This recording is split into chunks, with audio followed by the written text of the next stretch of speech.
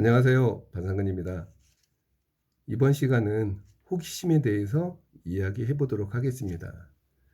우리는 어릴 적 궁금하게 되면 관찰을 하게 되고 끊임없이 그거에 시간을 보내기도 합니다. 어릴 적 개미나 곤충을 보게 되면 시간 가는 줄 모르고 그런 모습들을 끊임없이 관찰하고 하죠. 때로는 잡아서 직접 손에 올려보기도 하고요. 더 깊이 알고 싶을 경우엔 책을 찾아서 부모님께 읽어달라고 조르기도 합니다. 그만큼 호기심으로 인해서 궁금증, 거기에 학문까지 책까지 찾아보면서 깊은 탐구를 하게 되는 거죠. 우리 이런 산업 시대도 그런 부분들로 인해서 발전이 이룩하고 되었다고 생각을 합니다. 모든 거엔 호기심부터 시작을 하는 거지요. 내가 우주가 궁금하다 그러면 관심이 보이게 되는 거고, 태양이 왜 이렇게 밝게 빛나는지, 태양은 왜 꺼지지 않고 계속 빛이 나는지 궁금증이 든다고 하면 거기에 따른 호기심이 생기게 되는 거죠. 그렇게 되면 거기에 따른 자료도 찾아보게 되고 관심 깊게 읽어보고 연구하게 됩니다. 우리들이 얘기하는 소크라테스, 맹자, 공자 이런 현인들에 대해서 궁금하다 그러면 왜 이 사람들은 이런 말을 했을까? 그러면 그 사람들의 말들을 찾아보게 되고 책을 읽어보게 됩니다. 도대체 이 사람들이 왜 이런 시대에 이런 말을 했는데 지금까지 이런 말들이 전해지고 우리의 가슴 깊이 새겨져 있는지에 대한 궁금증이 생기는 거죠. 그러면 그거를 읽고 깨닫게 되고 더 나아가 다른 자료들이나 다른 책들을 또 참고하게 되는 거죠. 그러면서 나의 생각과 지식이 넓어지게 되고 결국 스스로 이런 걸 이렇게 해야 되겠다는 어떤 나만의 방식이나 나만의 느낌을 알게 되는 거죠. 그랬을 때 우리는 이 호기심으로 인해서 스스로 변화가 일어나게 되는 거고 모든 게 발전이 되고 나아갈 수 있다고 생각을 합니다.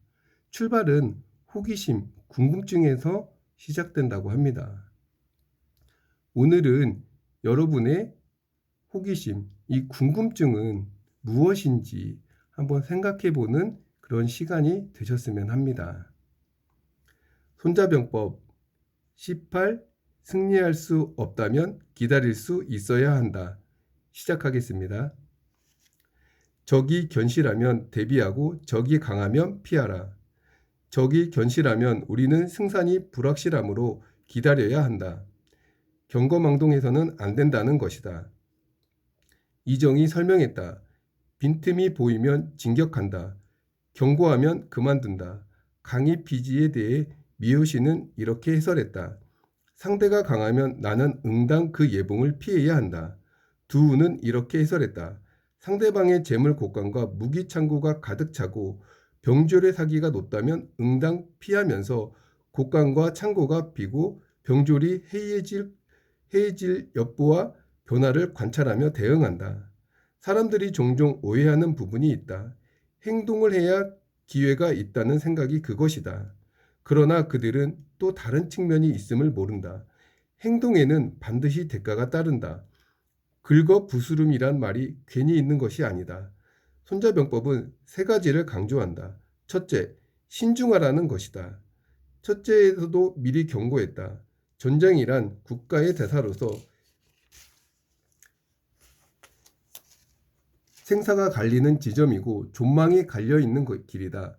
섣불리 움직이면 생사와 존망이 나뉘는데 그것은 병사에만 국한된 문제가 아니라 국가의 흥망성쇠가 갈리는 중차대한 일이므로 신중을 기해야 한다는 것이다.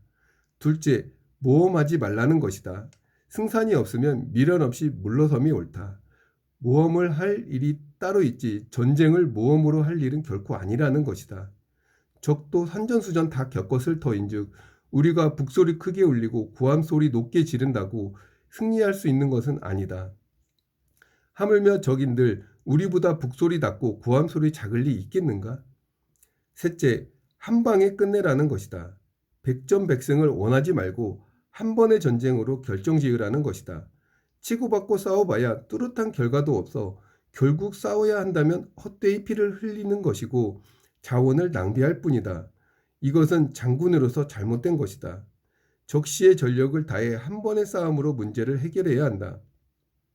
그러므로 적의 곳간이 가득하고 병졸의 사기가 높다면 첫째로 우리는 방어에 치중하면서 정면 대결을 피한다.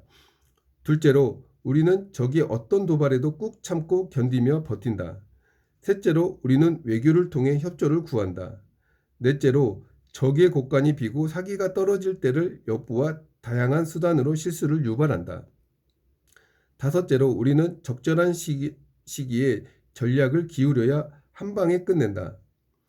여몽이 관우를 제압한 것이 적절한 예의다. 관우는 형주에서 병력이 강성했고 백전백승인데다 위나라 맹장 우군까지 투항하자 북방에 산재했던 반조조 민간 무장병은 모두 관우의 지시를 따르게 되었다. 관우의 위세가 천하를 흔들 지경이라 조조마저도 수도를 옮겨 관우의 예봉을 피하고 싶어 했다. 이에 사마이가 계략을 냈다. 동우는 틀림없이 관우가 설치는 것을 원치 않으니 그들과 연합하며 관우에게 공동 대처하자는 것이었다. 유비의 세력권으로 편입된 형주는 본디 송건으로부터 빌린 것이었다. 빌린 마음에는 눌러앉아 돌려주지 않는 것이다. 쌍방은 담판을 통해 절반씩 나누기로 합의했다. 그러므로 동호는 형주 문제에 대해 무척 억울하고 불쾌했다. 그런데 하필 이럴 때 관우는 기고만장했고 안하무인이었다. 게다가 우금의 삼면병사와 군마까지 받아들여 양식과 사료가 부족해지자 자신의 힘을 믿고 동호의 양식 창고까지 약탈했다. 쌓이고 쌓인 오난에 송건은 결단을 내렸다. 앞서 송건과 유비는 동맹을 맺은 터라 형주에 주둔하던 관우는 위나라를 상대로 작전을 전개했는데 그때는 오로지 위나라 번성을 차지할 마음밖에 없었다. 하지만 관우는 동호에 대해서는 경계를 늦추지 않았다. 동호의 장군 여몽이 배후를 습격할까봐 방어병력을 넉넉히 주둔시켜 형주를 지키도록 했다. 이때 관우는 정오의 태양처럼 기세가 충천하여 조조는 그 예봉을 피해 다녔고 여몽은 그저 대비하기에 바빴다. 이런 상황에서 여몽이 형주를 차지하려면 관우가 형주 수비대를 빼내어 방어력이 떨어지도록 만들어야 했다. 마침 관우에게도 형주의 병력을 이동해야 할 필요가 생겼다. 북쪽의 번성을 공격하려는데 병졸이 부족했기 때문이다. 형주 수비대는 여몽을 방어하고 있었다. 이에 여몽은 묘책이 떠올랐다. 아픈 채 하는 것이다. 여몽이 아픈 채 하는 것은 어려운 일이 아니었다. 여몽이 평소에도 병치레를 자주 한다는 걸 모르는 사람은 없었다. 게다가 여몽은 형주를 차지한 후 병으로 죽지 않았는가 말이다. 여몽을 핑계로 건업으로 돌아갔다. 그 후임으로 육손이 부임하여 육구를 지켰다. 육손은 그 당시 무명의 젊은이였다. 육손은 부임하자마자 관우에게 존경의 마음을 담아 서신을 올렸다. 그 내용은 대략 이러했다. 장군의 관할지에 인접하게 되어 인생 최대의 영광이니 이 젊은이를 사랑과 관심으로 지도해 주길 바라며 소생은 절대로 감히 장군과 대적할 의사가 없다는 것이다. 관우는 안심하고 형주의 병력을 번성 쪽에 전선으로 투입했다. 이때를 놓칠세라 여몽은 즉각 대군을 이끌고 진격하여 형주를 점령하고 관우의 후방 보급로를 차단했다. 결국 관우는 포로가 되어 참수되고 말았다. 유비가 실패한 것은 관우가 패했기 때문이다.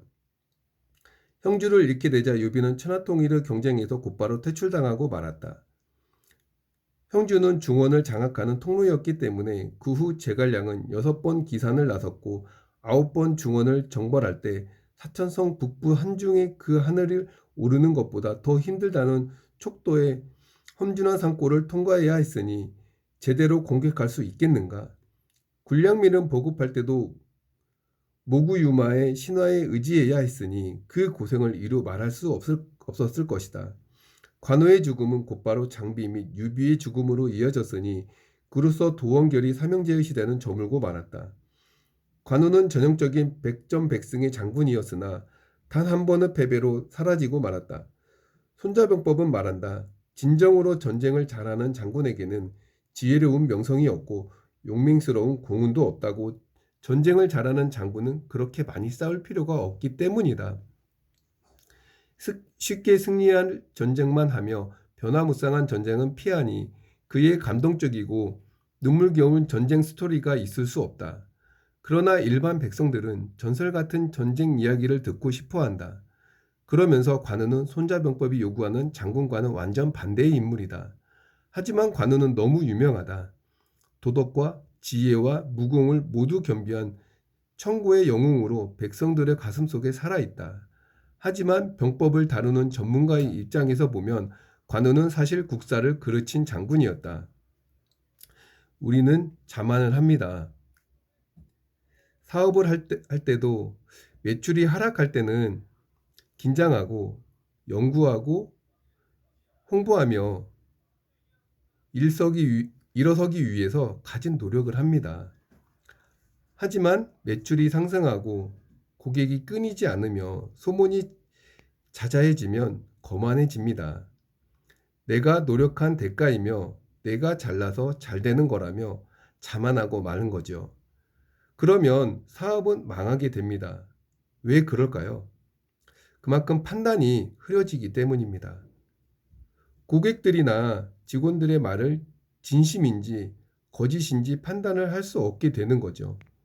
이미 나는 성공한 사회과이고 잘 나가는 명성이 자자한 누구나 알아주는 그런 사업가라는데 어떤 충원이나 이 시대의 흐름, 앞으로의 생활들의 볼 안목이 사라지게 되는 거죠. 귀에 들어오지 않기 때문입니다. 바른 충고는 입에 쓰고 기분 좋은 말들은 달콤하기 때문에 삼키게 되는 거죠. 사업 수완과 매출 1위로 명성이 자자한 사장님을 존경합니다. 이런 말을 듣는다면 좋아하지 않겠습니까? 관우 또한 자만으로 목숨까지 잃게 되었습니다. 그래서 나를 알 필요가 있습니다. 매출이 상승하고 명성이 자자한데 누군들 좋아하지 않겠습니까? 그럴수록 내 마음을 다스려야 한다는 거죠. 순간의 판단으로 망하는 기업이 있습니다. 또한 꾸준히 오를수록 성장하며 나아가는 기업도 있습니다. 그렇다면 우리는 꾸준히 오래도록 나아가기 위해서 무엇을 해야 할까요? 나에 대해서 출발해야 한다고 저는 봅니다. 내가 이 사업을 왜 시작했는지, 나는 왜 이 사업을 해야만 하는지에 대한 이유를 말입니다. 끊임없이 생각하고 질문했던 말, 그것을 실천해가며 해나가면 됩니다. 나에게 끊임없이 질문했던 이런 말들 말입니다. 누구의 말이 아니라 그동안 내가 잊고 느끼고 내가 느낀 그런 하고 싶은 그런 마음, 그런 걸로 나아가면 됩니다. 저는 여러분 사업이 성공할 수 있도록 나를 깨우쳐주는, 나를 알아야 사업이 성공한다를 알고 여러분들을 도와주고 있습니다. 내가 무언가를 하는지 알지 못하고서는 어떤 일도 성공할 수가 없습니다. 시작은 나는 무엇을 원하는가? 나는 왜 이 일을 하는가를 깊이 생각해 보는 그런 시간이 되셨으면 합니다. 이번 시간 여기까지고요. 다음 시간에 또 만나겠습니다. 감사합니다.